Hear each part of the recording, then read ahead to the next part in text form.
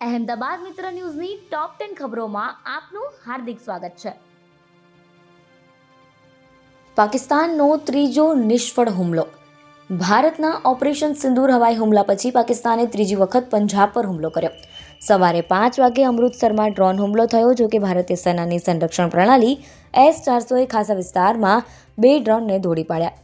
આમાંથી એક નાનું હતું અને બીજું મોટું. પઠાણકોટમાં મોડી રાત્રે થયેલા હુમલા બાદ પોલીસે શુક્રવારે સવારે એરબેઝ નજીક સર્ચ ઓપરેશન શરૂ કર્યું. આ દરમિયાન નદી કિનારે એક બોમ્બ મળી આવ્યો, જે બાદ સેનાએ વિસ્તાર ખાલી કરાવ્યો. આ સાથે કરોલી ગામ નજીક એક ડ્રોન મળી આવ્યું હતું. સેનાએ તેને પોતાના નિયંત્રણમાં લઈ લીધું છે. સવારે 4:30 વાગે 3-4 વિસ્ફોટોનો અવાજ અહીં પણ સંભળાયો હતો. અમિત શાહને મળવા પહોંચ્યા ડોભાલ. રક્ષામંત્રી રાજનાથસિંહની CDS અને 3-5ના વડા સાથે હાઈ લેવલની મીટિંગ પૂરી થયા પછી કેન્દ્રીય ગૃહમંત્રી અમિત શાહ CISF અને BSFના વડા સાથે મીટિંગ કરી રહ્યા છે. આ મીટિંગમાં IB ચીફ સદાનંદ દાતે પણ હાજર છે. અમિત શાહની હાઈ લેવલ મીટિંગમાં NSA અજીત ડોભાલ પણ પહોંચ્યા છે.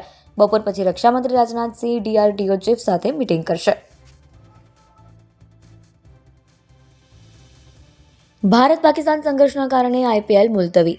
ભારત અને પાકિસ્તાન વચ્ચે વધતા જતા સંઘર્ષને કારણે BCCIએ IPL એક અઠવાડિયા જેટલી મુલતવી રાખી છે. BCCIના ઉપાધ્યક્ષ રાજીવ શુક્લાએ શુક્રવારે આ માહિતી આપી. તેમણે કહ્યું કે તે હવે એક અઠવાડિયા માટે મુલતવી રાખવામાં આવ્યું છે. નવું સમયપત્રક એક અઠવાડિયા પછી જાહેર કરવામાં આવશે. ચંદીગઢ અને અંબાલામાં હવાઈ હુમલાનું એલર્ટ જાહેર. ભારત અને પાકિસ્તાન વચ્ચે યુદ્ધની સ્થિતિ યથાવત છે. શુક્રવારે ચંદીગઢ અને અંબાલામાં હવાઈ હુમલાનું એલર્ટ જાહેર કરવામાં આવ્યું. ચંદીગઢમાં આર્મીની વેસ્ટર્ન કમાન્ડ છે.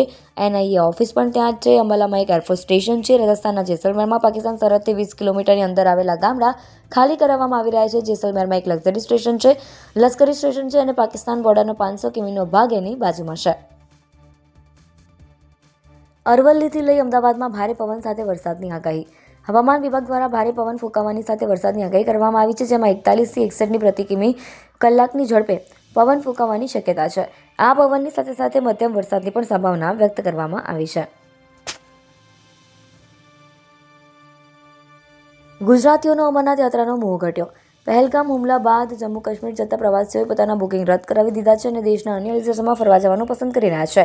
આ વર્ષે અમરનાથ યાત્રા માટે દરેક શહેરમાંથી હજારો લોકો રજીસ્ટ્રેશન કરાવ્યું છે, પરંતુ હવે અમરનાથ યાત્રા શરૂ થવાને 1 મહિનો બાકી છે અને એ પહેલા જ ભારત પાકિસ્તાન વચ્ચે તણાવની સ્થિતિ પેદા થઈ ગઈ છે.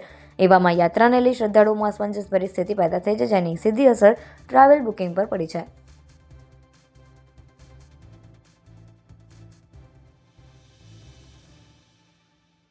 ચંડોળા તળાવના લાભાર્થીઓ માટે વ્યવસ્થા. રાજ્ય સરકારની સૂચનાથી અમદાવાદના ચંડોળા તળાવમાં 4000 કાચા પાકા મકાનોના દબાણોને દૂર કરવામાં આવ્યા હતા. 9 મેના રોજ ગુરુવારે મળેલી સ્ટેન્ડિંગ કમિટીમાં ડિસેમ્બર 2010 પહેલા ચંડોળા તળાવમાં રહેતા હોય એવા સ્થાનિક લોકોને શરતોને આધીન વૈકલ્પિક વ્યવસ્થાના ભાગરૂપે EWS આવાસ યોજનાના મકાનો ફાળવવાનો સૈદ્ધાંતિક નિર્ણય લેવામાં આવ્યો હતો. શુક્રવારથી તમામ ચંડોળા તળાવના લાભાર્થીઓને ફોર્મ આપવાની શરૂઆત કરવામાં આવી છે. જે કુટુંબની વાર્ષિક આવક 3 લાખથી ઓછી હશે તેઓને જ મકાન ફાળવવામાં આવશે.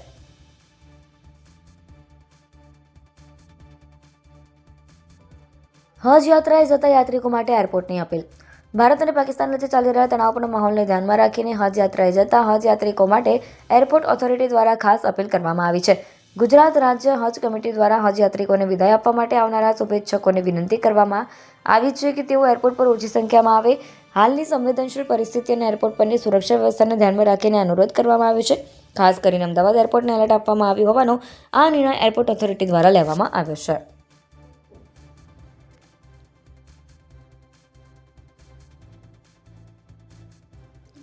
એર ટ્રાફિક ક્લિયરન્સ ન મળતા હવામાં ચક્કર લગાવવા પડ્યા. ભારત અને પાકિસ્તાન વચ્ચેની તણાવપૂર્ણ પરિસ્થિતિને પગલે દેશના તમામ એરપોર્ટને હાઈ એલર્ટ પર મૂકવામાં આવે છે. આ પરિસ્થિતિની અસર અમદાવાદના સરદાર વલ્લભભાઈ પટેલ ઇન્ટરનેશનલ એરપોર્ટ પર પણ જોવા મળી રહી છે. ગઈકાલે મોડી રાત્રે ડોમેસ્ટિક અને ઇન્ટરનેશનલ ફ્લાઇટ્સને ભારે અસર પહોંચી હતી. એર ટ્રાફિક ક્લિયરન્સ ન મળવાને કારણે અનેક ફ્લાઇટ્સે હવામાં ચક્કર લગાવવા પડ્યા હતા.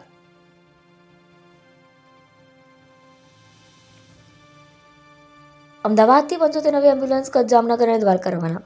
ઇમરજન્સી સેવાને પહોંચી વળવા માટે કચ્છ, ભુજ, દ્વારકા અને જામનગર ખાતે વધારાની 108 એમ્બ્યુલન્સ મોકલવામાં આવી છે. અલગ અલગ શહેરોમાંથી પણ એમ્બ્યુલન્સ ફાળવવામાં આવી છે. નવી 75 જેટલી એમ્બ્યુલન્સ મોકલવામાં આવી છે. 40 કચ્છ, ભુજ ખાતે, 20 જામનગર અને 15 દ્વારકા ખાતે મોકલવામાં આવી છે. 12 જેટલી એમ્બ્યુલન્સ અલગ અલગ શહેરોમાંથી કચ્છ ખાતે પહોંચી છે. દરેક એમ્બ્યુલન્સમાં 2 સ્ટાફ મૂકવામાં આવે છે. 108 એમ્બ્યુલન્સ જે તે જિલ્લાના કલેક્ટરની સૂચના પ્રમાણે સ્થળ પર મોકલવામાં આવશે અને ત્યાં ફરજ પર 24 કલાક હાજર રહેશે. અહેમદાબાદ મિત્ર ન્યૂઝની YouTube ચેનલને સબસ્ક્રાઇબ કરો અને બેલ આઇકન જરૂરથી દબાવો, જેથી મહત્વના સમાચાર આપના સુધી જલ્દીથી પહોંચે.